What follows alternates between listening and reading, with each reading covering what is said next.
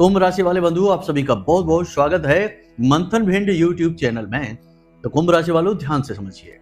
15 से 30 अप्रैल तक यह एक शब्द बोलते हुए पानी को पी लेना, आपकी मनोकामना, इच्छा या जीवन की कोई बड़ी से बड़ी परेशानी आपके जीवन में जो आपको परेशान कर रही है, उसे याद करते हुए एक विशेष विधि और पद्धति के साथ इस एक शब्द को बोलते हुए पानी पी लेना। और आप देखेंगे कि यह जो पानी है, यह आपके लिए अमृत बन जाएगा, आपके जीवन में चमत्कारी परिवर्तन लेकर आएगा, दुखों से, तकलीफों से आपको दूर कर देगा। कारण क्या है? पानी को इतना महत्व क्यों दिया जा रहा है? पानी कोई हल्की चीज नहीं है, मामूली चीज नहीं है। कोई भी पूजा पाठ पद्धति, शुद्धिकरण या दिव्य ऊर्जा का आवाहन बिना पानी के, बिना जल के हो ही नहीं सकता है। याद रखना, जीवन जल से ही उत्पन्न हुआ है और पृथ्वी पर भी देखा जाए तो 70% से ज्यादा पानी है और इंसान के शरीर में भी 70% से ज्यादा पानी है। और जल का सीधा संबंध चंद्रमा से माना जाता है। एक छोटा सा प्रयोग आप देखिए कि चंद्रमा को देखना, जैसे जैसे आसमान में चंद्रमा बड़ा होता जाएगा, आपका मन प्रसन्न होता चला जाएगा। और पूर्णिमा का जो चांद होगा, जो सबसे बड़ा चांद होता है, उस दिन आपका मन बहुत प्रसन्न होगा, दिल बहुत ही खुश होगा। लेकिन जैसे जैसे चंद्रमा छोटा होता चला जाएगा और जिस दिन अमावस की रात होगी, उस दिन अनायास ही आपका मन दुखी हो जाएगा, किसी बात को लेकर आप टेंशन में आ जाएंगे, तनाव में आ जाएंगे। यह है चंद्रमा की शक्ति, यह है जल की शक्ति। तो आप जल को बिल्कुल भी हल्के में नहीं लेना, क्योंकि इसका सीधा संबंध चंद्रमा से है और चंद्रमा मन सो जाता है। और इसका सीधा संबंध धन से भी है।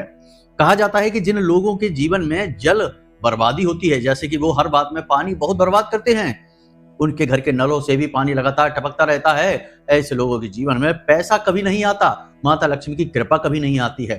थोड़ा बहुत कमा के लाएंगे भी तो गुजारा चलाना मुश्किल हो जाएगा, क्योंकि फिजूल खर्चियों में पैसा खुद ब खुद चला जाएगा, रुकेगा ही नहीं घर में। तो ऐसे लोग हमेशा पैसे के लिए रोते दिखाई देते हैं। यानी कि यह जो जल की विधि है, यह बहुत महत्वपूर्ण विधि है।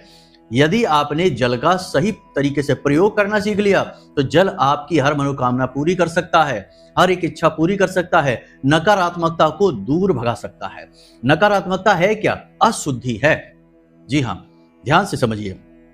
कांच का अगर मान लो कोई शीशा है जिसमें आप अपना मुख देखते हैं, तो पूरा शीशा ठीक है, लेकिन थोड़े से भाग में उसमें मैल जम गया है, गंदगी जम गई है, तो वही तो नकारात्मकता है, अशुद्धि। आप उसे यदि साफ कर देते हैं किसी विधि से, तो पूरा शीशा शुद्ध हो गया, यानी सकारात्मक हो गया, नकारात्मकता को हटा दिया। ऐसे ही जीवन में नकारात्मकता आ जाती है, खास तौर से धन को लेकर, क्योंकि धन जो है, पैसा जो है, वह बहुत ही नाजुक विषय होता है। धन को यानी माता लक्ष्मी को चंचला कहा जाता है और माता लक्ष्मी का स्वभाव स्थिरता का नहीं है। तो पैसे का विषय बहुत ही नाजुक होता है। तो जब भी जीवन में नकारात्मकता आती है, विषय पैसा ही होता है। इसी वजह से पैसे को लेकर बहुत सारे विधि विधान शास्त्रों में भी बताए गए हैं और अलग अलग विषयों में इनकी विषय पे चर्चा की गई है। आज का यह जो कार्यक्रम है, यह विशेष तौर पर धन और उससे जुड़ी समस्याओं को ध्यान में रखते हुए बनाया गया है। आपने इस कार्यक्रम को अंत तक देख लिया तो दो बातें तो निश्चित हैं। पहली यह है कि पैसे को लेकर आपके जीवन में जो भी समस्या है, अब याद रखना कि पैसे से बहुत सारी समस्याएं शुरू होती हैं, जैसे रिश्ते नातों में उथल पुथल, भाई भाई के बीच झगड़ा है। क्यों झगड़ा है? पैसे को, प्रॉपर्टी को लेकर। पिता पुत्र में नहीं बन रही। क्यों नहीं बन रही? क्योंकि पुत्र पैसे नहीं कमा पा रहा, इस वजह से पैसे को लेकर विवाद हो रहा है।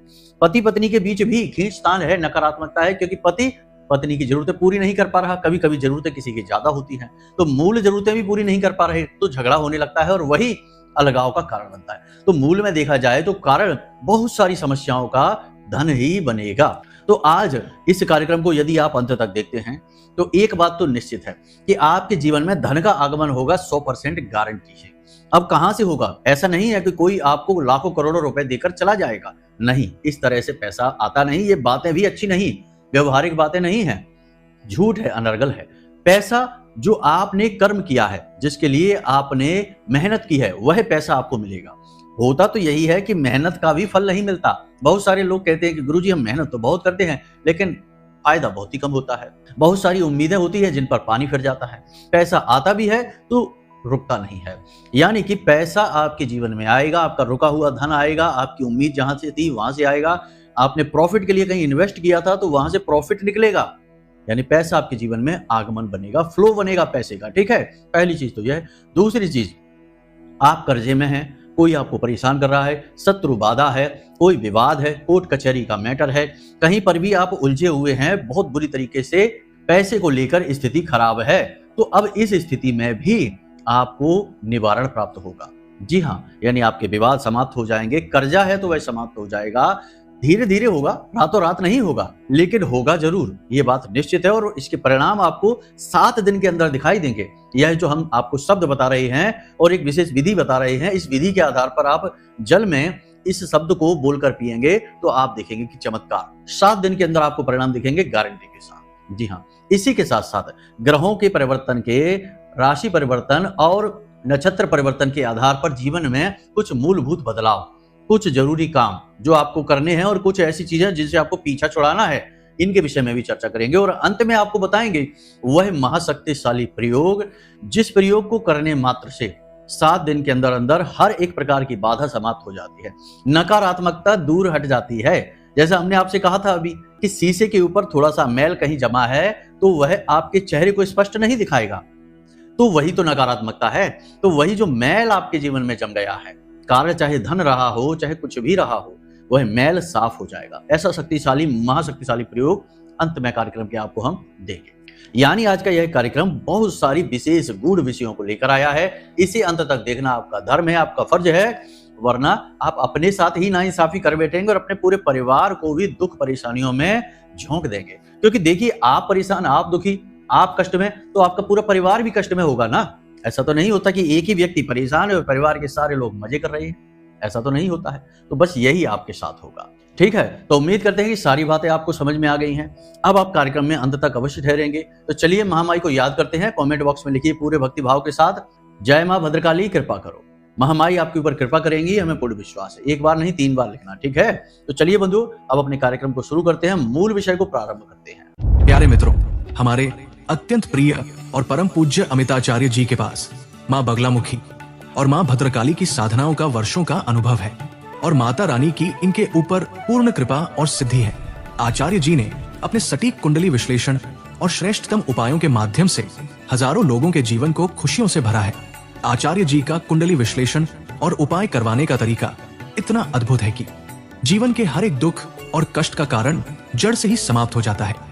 फिर समस्या चाहे जैसी भी हो, कर्जा बहुत बढ़ गया हो, व्यापार चल नहीं रहा हो, बीमारियों में आप बर्बाद हो चुके हो, रिश्तों में प्रेम समाप्त हो चुका हो, या फिर नौकरी ही ना मिल रही हो, विवाह में देरी होती हो, कैसी भी समस्या हो, इन समस्याओं का कारण क्या है, कौन सी महादशा परेशान कर रही है, कौन सा दोष लगा हुआ है, सब कुछ आचार्य जी इतना सटीक बताते हैं कि वर्षों वर्ष के दुख कुछ ही दिनों में समाप्त हो जाते हैं। अगर आपके जीवन में भी कोई ऐसी संकट की घड़ी है तो यही सही समय है जब आप पूज्य आचार्य जी के हाथों से अपनी कुंडली का विश्लेषण करवाएं और वर्षों से चल रहे दुखों और संकटों के इस चक्र से बाहर निकल जाएं। प्यारे मित्रों, अभी वीडियो में दिए गए नंबरों पर फोन करिए और अपनी कुंडली का श्रेष्ठतम आकलन करवा डालिए। जिंदगी बदलने का ये सबसे बड़ा मौका हाथ से मत जाने दीजिएगा। जय माई की, महामाई आपका कल्याण करे। देखिए, हम जो भी कुछ बोलते हैं वे अक्षर होते हैं, अक्षरों से बनती है हमारी भाषा, हमारी शैली, हमारा जीवन। जो हम किसी से एक दूसरे से बातें कर रहे हैं, अपनी जो सूचनाएं हैं, आदान प्रदान हो रहा है, यह अक्षरों के माध्यम से। अक्षर का मतलब होता है अक्षर, जिसका क्षरण नहीं होता है उसे हम अक्षर कहते हैं। यानी हमने किसी से कुछ कहा, लोग क्या कहते हैं कि अगर मारना है तो मार लो, लेकिन ऐसी बात ना बोलो, बेइज्जती ना करो। क्योंकि लोग क्या करते हैं, बातों को नहीं भूल पाते। लोग कई चीजें भूल सकते हैं। आपके द्वारा जो आपने नाइंसाफी कर दी वह भूल जाएंगे, आपने जो गलती कर दी उसे भूल जाएंगे, क्षमा कर देंगे, लेकिन आपने किसी से जो गलत शब्द कहे उसे लोग जीवन भर याद करते हैं। याद रखना। तो देखिए, ये बहुत बड़ी बात है, अक्षर कभी समाप्त नहीं होते। तो अब अक्षर के अंदर बहुत सारी ऊर्जा होती है। अब हमारे वेद पुराणों में या हमारे ऋषि मुनियों ने इस ऊर्जा को मंत्र का रूप दे दिया। यानी उन्होंने अक्षरों की ऊर्जाओं को पहचाना, अनुभव किया और उसे मंत्र का रूप दे दिया। तो कुछ मंत्र बीज मंत्र बन गए जिनमें अपार अकूत ऊर्जा भरी है उस देवता की, और कुछ साधारण उच्चारण मंत्र हो गए जो देवता के आह्वान आदि के लिए प्रयोग किए जाते हैं, कुछ देवता से निवेदन आदि के लिए प्रयोग किए जाते हैं। तो मंत्रों में भी तो शब्द ही हैं, हमने चालीसा पढ़ लिया, प्रार्थना कर ली, उसमें भी तो शब्द ही है। यानी शब्द बहुत ही शक्तिशाली होते हैं। एक छोटा सा प्रयोग करके देखिए बातों को समझाने में और फिर उन बातों को उपयोग में लाने में आनंद ही अलग है। जल्दबाजी नहीं मचाना, ठीक है, धैर्य के साथ देखिए, आनंद आएगा आपको। मान लीजिए आपके सामने कोई व्यक्ति बैठा है, अनजान व्यक्ति है जिसे आपने कभी नहीं देखा, उस व्यक्ति से आपने बड़े प्रेम से कहा इधर आओ, तो वह व्यक्ति आपके पास आएगा, प्रेम के साथ आएगा, ठीक है। ठीक इसी की जगह आपने उस व्यक्ति को सीधा आदेश दे दिया इधर आओ, तो शायद वो आपकी तरफ आए ही ना, आपकी तरफ ध्यान ही ना दे, आपको पता नहीं क्या समझे, पागल समझे। लेकिन अगर आपने उस व्यक्ति को गाली दे दी, ठीक है, एक खराब सी गाली दे दी, तो उस व्यक्ति का खून खोल जाएगा और वह आपसे सीधे झगड़ा करने लगेगा और आपको पागल समझेगा, आपको ना जाने क्या क्या कह सकता है। क्यों कह रहा है वह? उससे तो आपकी पहले कभी मुलाकात भी नहीं हुई, आप तो उसे जानते भी नहीं, वह भी आपको नहीं जानता, लेकिन आपके द्वारा कहे गए शब्दों का उसके ऊपर बड़ा गहरा प्रभाव है। वह पूरा अंदर से हिल गया जब आपने उसे गाली दे दी। यानी कि शब्द के अंदर इतनी शक्ति है कि वह किसी भी चीज को आपकी ओर आकर्षित कर सकती है और आपसे दूर भी कर सकती है।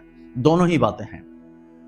इसीलिए कहा जाता है कि धारणा, हमारे शास्त्रों में लिखी गई है कि धारणा बेहद महत्वपूर्ण है एक योगी के लिए, एक साधक के लिए। यदि वह धारणा नहीं करता है तो वह जीवन में किसी भी प्रकार की उपलब्धि हासिल ही नहीं कर सकता साधना के मार्ग में, और यही जीवन में भी है। आप जो भी कुछ हासिल करना चाहते हैं, पहले उसके लिए सकारात्मक बनिए।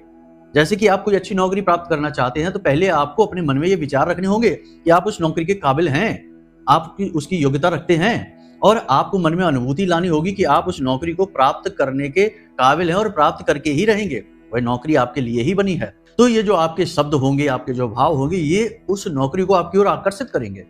इसे ही आकर्षण का नियम कहते हैं।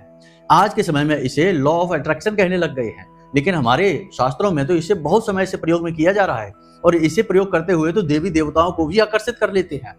अब जैसे कि रावण ने तपस्या की, तो ब्रह्मा जी की इच्छा नहीं थी कि आए उसके सामने और आशीर्वाद दें, उसको वरदान दें, क्योंकि वह राक्षस था। वह वरदान कुछ ऐसा ही मांगेगा जिससे कि दुनिया में तांडव मचेगा, लेकिन मजबूरी में ना चाहते हुए भी आना पड़ा। अब समझिए आप, क्योंकि वह मंत्र उच्चारण कर रहा था, और मंत्रों में इतनी शक्ति है कि देवता को आना ही पड़ता है। तो आज हम जो बात करने जा रहे हैं वह मंत्र की बात करने जा रहे हैं। एक ऐसा महामंत्र, एक ऐसी शक्ति हम आपको देने जा रहे हैं। इसे आपने यदि ठीक तरीके से प्रयोग कर लिया, ठीक तरीके से, तो आप 7 दिन के अंदर अंदर अपनी बड़ी से बड़ी इच्छा मनोकामना को पूरी होते हुए अपनी आंखों से देखेंगे। जी हाँ, आप गवाही बनेंगे उस आपकी जो इच्छा मनोकामना है उसकी। हमने इस प्रयोग को कई बार किया है और इसके हर बार हमें पॉजिटिव रिजल्ट ही मिले हैं। थोड़ा बहुत अंतर रहता है, लेकिन हर बार इसके रिजल्ट पॉजिटिव रहे हैं। फिर हमने इसे अपने कई सहायकों को प्रयोग कराया। कई ऐसे भक्त हैं महामाई के, उनको कराया इसका प्रयोग, क्योंकि वो भी परेशान थे, उनको भी इसके पॉजिटिव रिजल्ट मिले। तो अब आपकी बारी है, आपको हम इस शब्द को बताने जा रहे हैं। ध्यान से समझिए सारी बातों को, क्योंकि विधि में भाव होता है।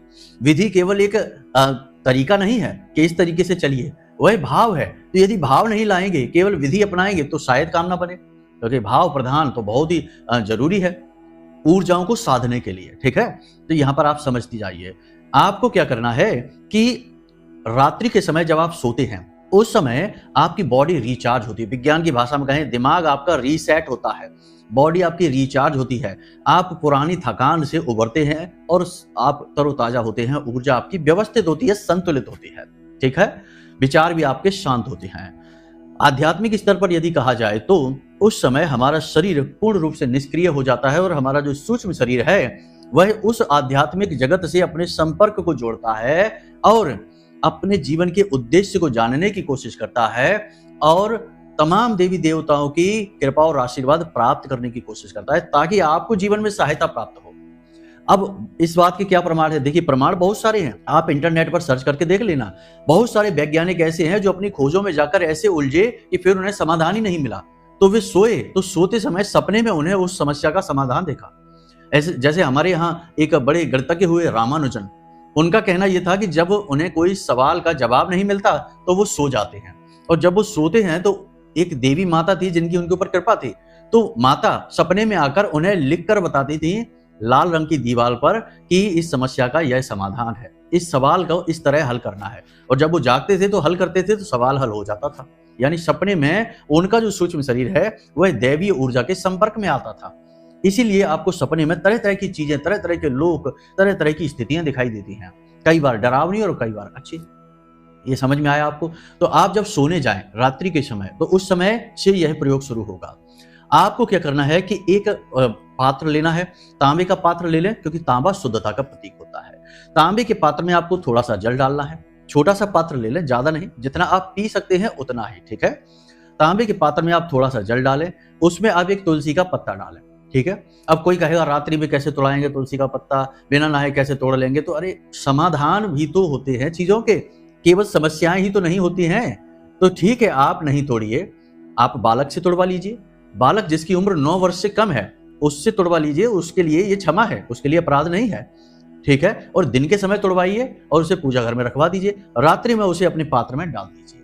तुलसी का पत्ता शुद्ध सकारात्मक ऊर्जा का, पॉजिटिव एनर्जी का सबसे बड़ा प्रमाण होता है, प्रतीक है, ठीक है। आपने उसे डाल दिया, अब उसमें थोड़ा सा कुछ मीठा डाल दीजिए, थोड़ा सा कुछ भी मीठा, यानी यह शुक्र है, ठीक है। आपने थोड़ा सा कुछ मीठा डाल दिया, बहुत मीठा नहीं डालना है बस, और उसे ढक कर रख दीजिए, ठीक है, अपने सिरहाने, और सो जाइए, ठीक है।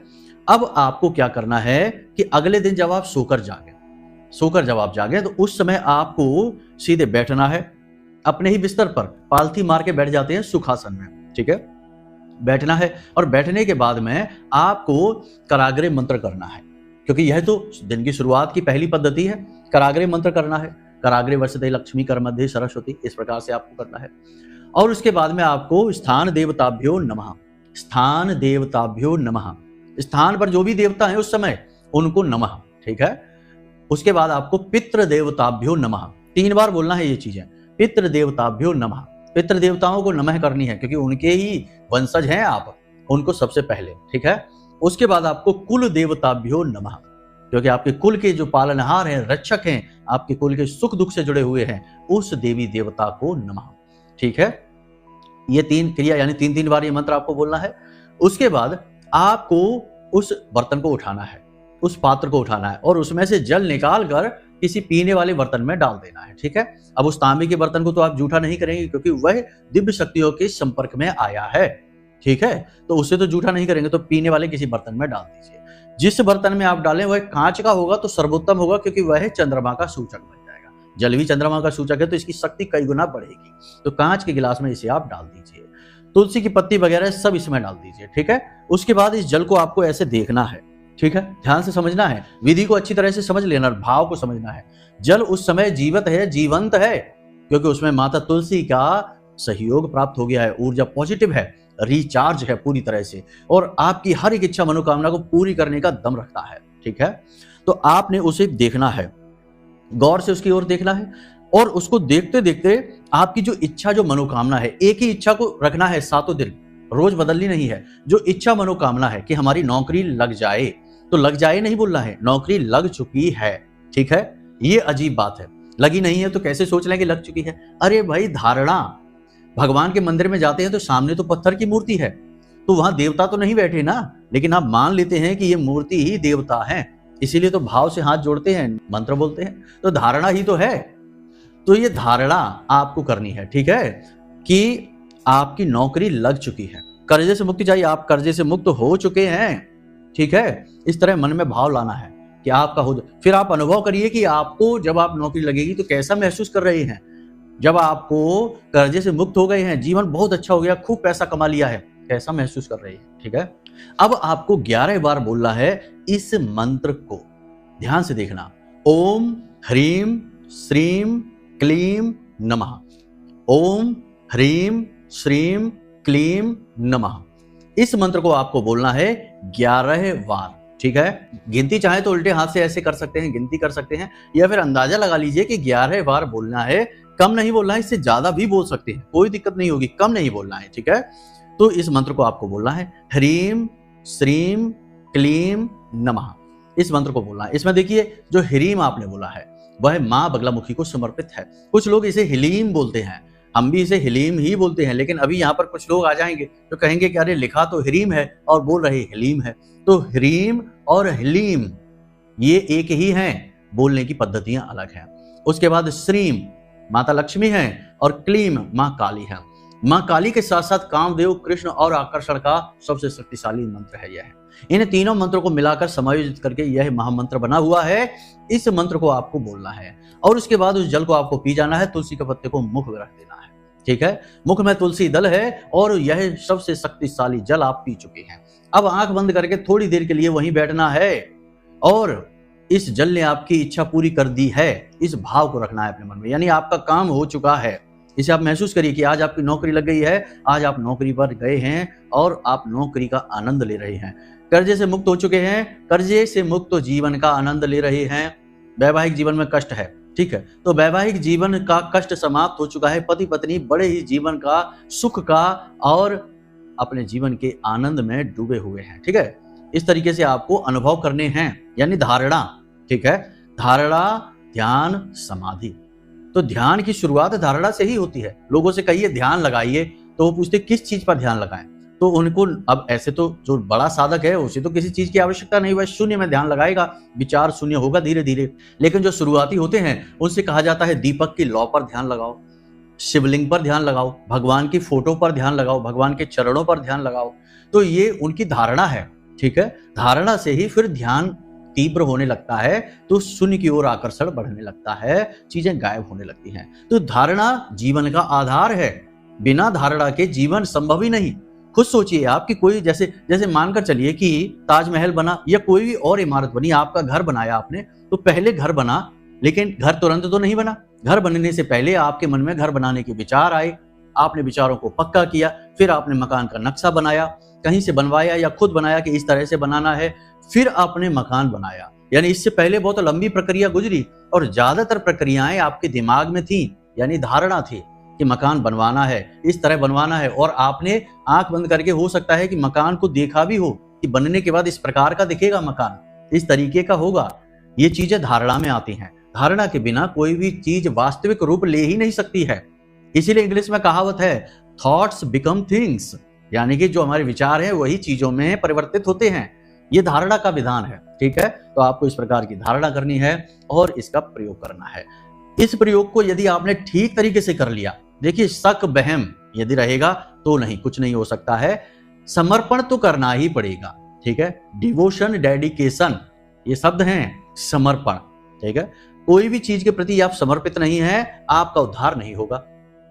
छोड़ो चीजों को, माता पिता के प्रति भी आप समर्पित नहीं है तो एक दिन माता पिता भी आपसे रुख मोड़ लेंगे, आपकी ओर देखेंगे नहीं। दुनिया में कोई भी रिश्ता हो, आपके इंटरेस्ट के साथ, आपके रुचि लेने के साथ ही वह रिश्ता पनपता है। तो भगवान से रिश्ता तो आपका रुचि और भाव पर ही है, ठीक है। तो बस ये चीजें हैं, इनको आप ध्यान से समझना और इसे जीवन में इसी तरीके से उतार लेना जैसे हमने आपको बताया है, ठीक है।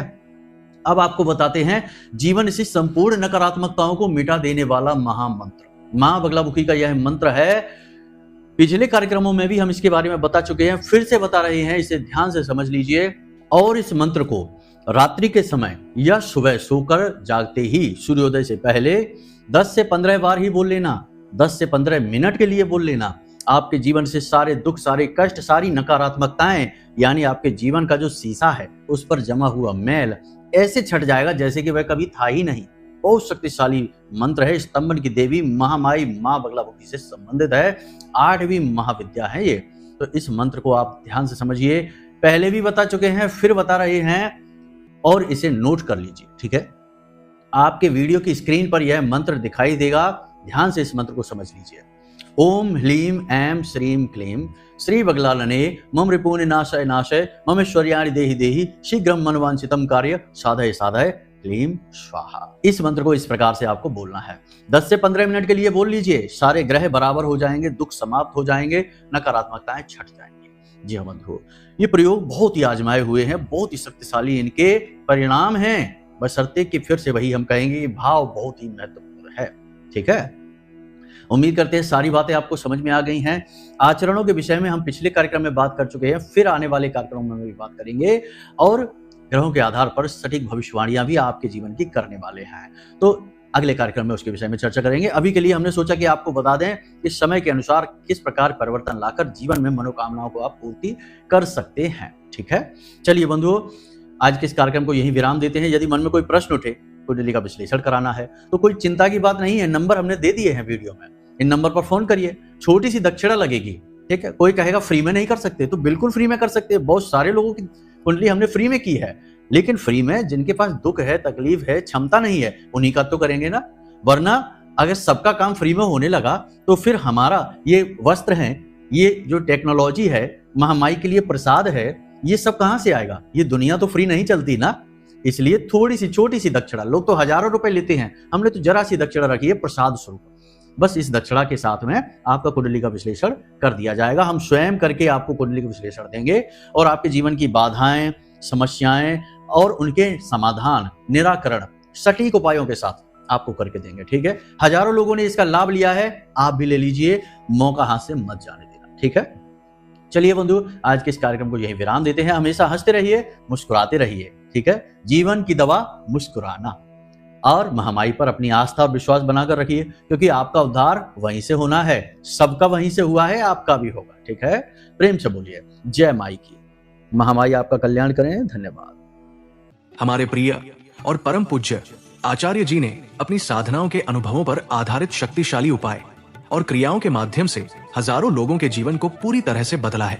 आचार्य जी के द्वारा बताया गया हर एक उपाय इतना सटीक और कारगर होता है कि जो भी इसे पूरे भाव के साथ कर लेता है, उसे साक्षात महामाई की कृपा और आशीर्वाद प्राप्त हो जाती है। इसलिए निसंकोच इन उपायों को पूरे भाव के साथ करिए, आपका कल्याण होगा।